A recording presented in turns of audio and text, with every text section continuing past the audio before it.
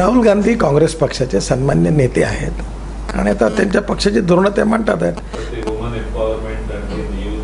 किती वेळा बोलले ते? 12 वेळा.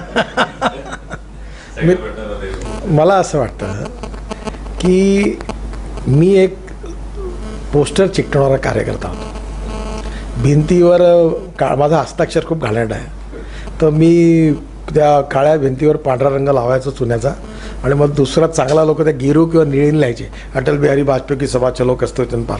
रात्री 3-3 वाजेपर्यंत इथून काम करायचं, म्हणजे पर्चे वाटायचे. आता माझ्यासारखा माणूस जो कधी दिल्लीत गेला नाही, त्याला दिल्लीचे रस्ते अजूनही माहिती नाही, बायोडाटा तर मी छापलाच नाही कधी, तिकीट मागायलाही गेलो नाही, पदही मागायला गेलो. एवढा छोटा कार्यकर्ता अटल बिहारी वाजपेयी ज्या खुर्चीवर बसले त्या खुर्चीवर बसण्याचा मला मान मिळाला. त्यामुळे आमची पार्टी कार्यकर्त्याची पार्टी आहे. आता इथे तर नवीनच सुरू झालं की राहुल गांधींना नेतृत्व करण्याचा अधिकार आहे, पण राहुल गांधींची प्रधानमंत्री बनण्याची पात्रता कोणती आहे? केवळ राजीव गांधींचं पुत्र राहणं, राजीव गांधी आणि सोनिया गांधींचं, आणि पंडित नेहरूंचं नातू असणं आणि इंदिरा गांधींचं नातू असणं, एवढंच क्वालिफिकेशन जर देशाचं भविष्य बनवण्याकरता पुरेसं असेल तर ते जरूर प्रधानमंत्री त्यांनी बनावं किंवा लोकांनी त्याचा विचार करावा.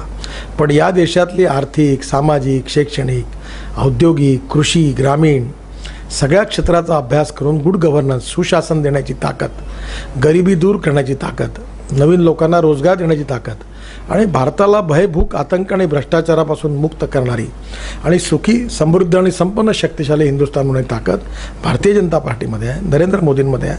आणि यांच्या तुलनेत आम्ही 4 पटींनी 5 पटींनी चांगलं शासन देऊ शकतो. त्यामुळे प्रधानमंत्रीची निवड तो कोणाचा मुलगा आहे या आधारावर न होता त्याच्या कार्य आणि कर्तृत्वावर झाली तरच देशाचं भविष्य बदलेल.